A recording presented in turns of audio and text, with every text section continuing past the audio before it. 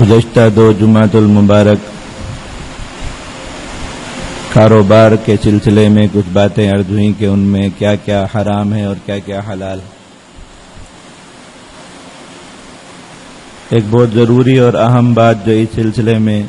رہ گئی وہ پہلے عرض کر کے پھر آج کے موضوع کی طرف انشاءاللہ آئیں گے.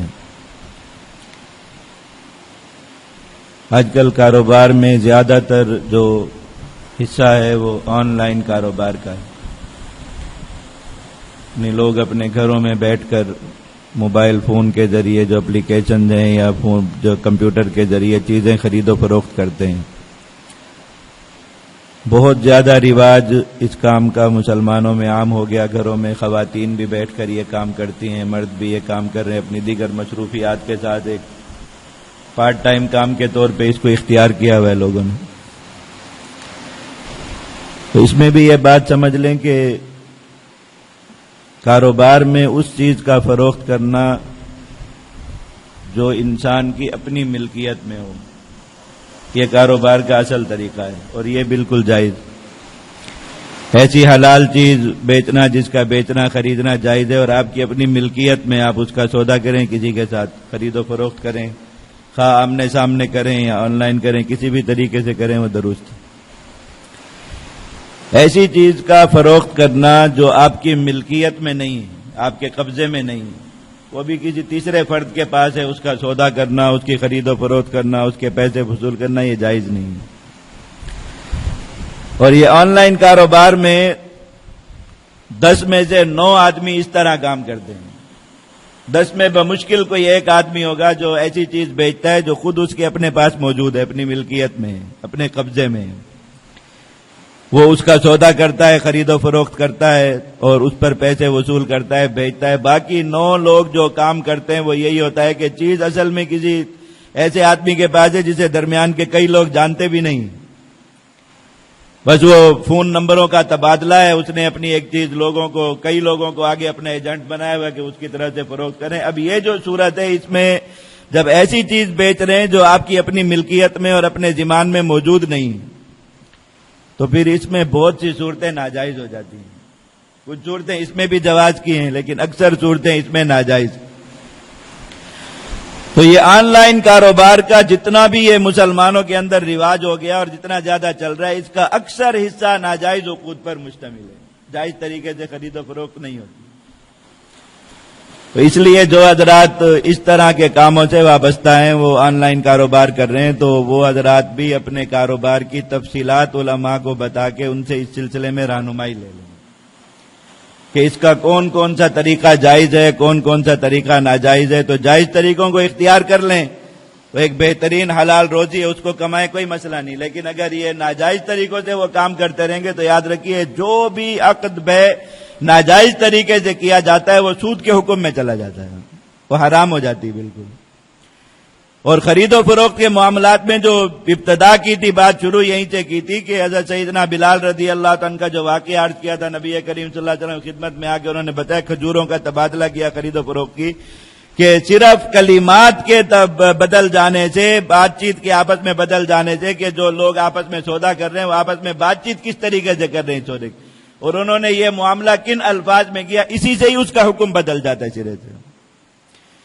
وہی کا وہی سودا ہے, اگر ایک طریقے سے کر لیا جائے تو جائز ہو جائے گا, دوسرے طریقے سے کر لیا جائے تو ناجائز ہو جائے گا. تو عبدیت یہی ہے. اب اس میں یہ دماغ لڑانے کی اجازت نہیں ہے کہ ایک ہی کام ہے تو اس طرح کرنے سے کیوں جائز ہو جائے گا اور اس طرح کرنے سے کیوں ناجائز ہو جائے گا. بھائی اللہ اور اس کے رسول کا حکم ہے, اللہ اور اس کے رسول کا بتایا ہوا اصول ہے. اس طریقے سے کر لو گے تو حلال ہوگا, اس طریقے سے کر لو گے تو حلال نہیں ہوگا. تو بندے کا کام یہ ہے کہ اللہ اور اس کے رسول کی بات کو اپنائے, اس کے پیچھے چلے, اس کو اختیار کرے, نہ یہ کہ اس میں بیٹھ کے عقل لڑائے کہ ایسا کیوں اور ایسا کیوں نہیں. تو اس لیے یہ بات اپنے گھروں تک بھی پہنچائیں, ہر جگہ مسلمانوں کو بتائیں کہ آن لائن کاروبار کرنے والے حضرات ایک مرتبہ اپنے کاروبار کا ضرور کسی ایسے عالم سے جس کو جو بے شراء کے مسائل کا, خرید و فروخت کے مسائل کا علم ہو, ذرا ان سے اس کا جائزہ دلوا لیں کہ یہ جائز طریقے سے ہو رہی ہے یا نہیں ہو رہی. اس کے ذریعے بہت زیادہ حرام اور بہت زیادہ بے احتیاطی مسلمانوں کے اندر رائج ہوئی.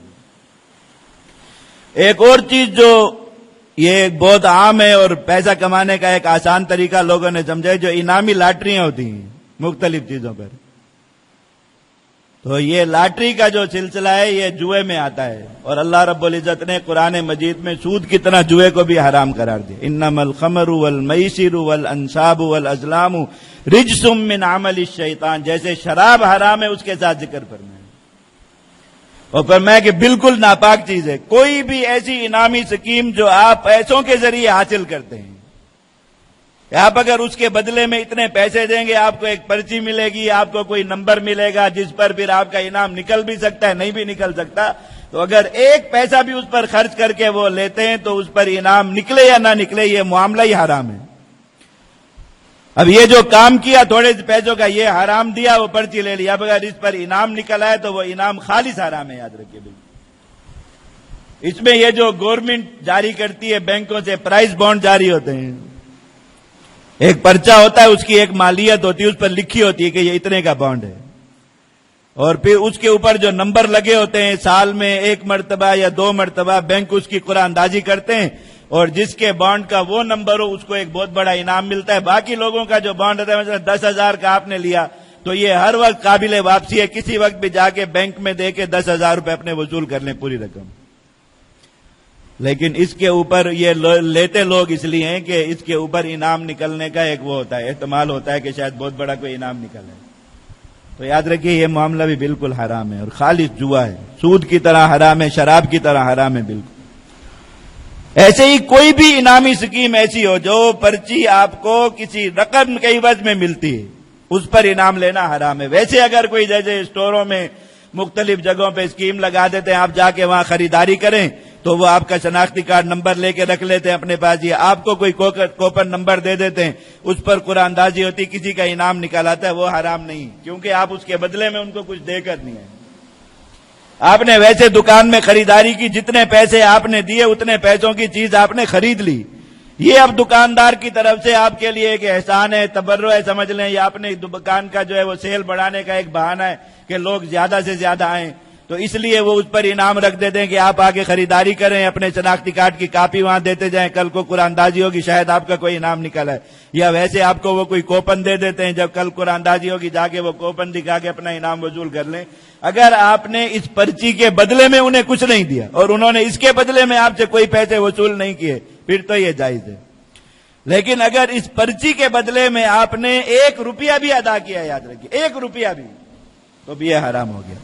اب اگر اس پر انعام نکلے گا وہ خالص جوا ہوگا اور وہ بالکل حرام ہے قرآن مجید کی روح سے۔ ایسے ہی یاد رکھیے جن لوگوں کے پاس بینکوں کے پرائز بانڈ ہوں وہ جا کر ان کے لیے اتنا جواز ہے اس میں، اول تو پرائز بانڈ خریدنا حرام ہے کیونکہ وہ بنائے اسی جوئے کے لیے گئے، لوگ انعام کے نام ہی اس کا یہی ہے کہ وہ انعامی ایک جو ہے وہ سلسلہ ہے، انعامی ایک اسکیم ہے، اس پر وہ کرتے، تو اس کا خریدنا بھی حرام ہے، جائز نہیں۔ لیکن اگر کسی نے خرید لیا ہے یا کہیں سے لوگ پیمنٹ کر دیتے ہیں، اس کے اندر کسی کی ادائیگی کر دیتے ہیں، اس کے ذریعے آپ کے پاس آ گیا ہے، تو اب اس کا صرف اور صرف حل یہ ہے کہ جا کے بینک میں اپنا یہ پرائز بانڈ دے کے اس کی جو اصل رقم ہے وہ وصول کر لیں۔ 10,000 کا ہے تو 10,000 لے آئیں، 20,000 کا ہے 20,000 لے آئیں، 40 کا ہے 40 لے آئیں، جو رقم اس کے اوپر لکھی ہوئی ہے بس، اور اس اسکیم سے اپنی جانچ۔ اگر کسی نے رکھا ہوا اس پر انعام نکلا، اس نے وہ انعام وصول کیا، یہ حرام ہو جائے گا، اور یہ جتنا وقت بھی اس کے پاس ہے گناہ میں ہی ہے یہ، کیونکہ حرام چیز ہے اس کو اپنے پاس رکھا ہوا ہے، غلط طریقے سے لی ہوئی چیز ہے اس کو اپنے پاس رکھا ہوا ہے، تو یہ حرام نہیں ہے۔ تو یہ جو انعامی سکیمیں ہر وقت ہر طرف عام ہیں، چلتی رہتی ہیں، اس کا بھی یہ حکم یاد رکھیے۔ جس سکیم میں آپ کسی بدلے کے ساتھ شرکت کرتے ہیں، اس کی کوئی قیمت آپ ادا کرتے ہیں، تو اس پر ملنے والا انعام حرام ہے، اور جو بغیر کسی بدلے کے اس میں آپ کو مل جائے اس کا انعام حلال ہے، جائز رکھیں۔ اور یہ 2 صورتیں ایسی ہیں جو بہت زیادہ ان کا رواج ہے مسلمانوں میں، اور اس میں بھی حلال کی فکر نہیں کرتے، تو اس کے سلسلے میں ضروری تھا کہ کچھ بات آپ سے عرض کر دی جائے۔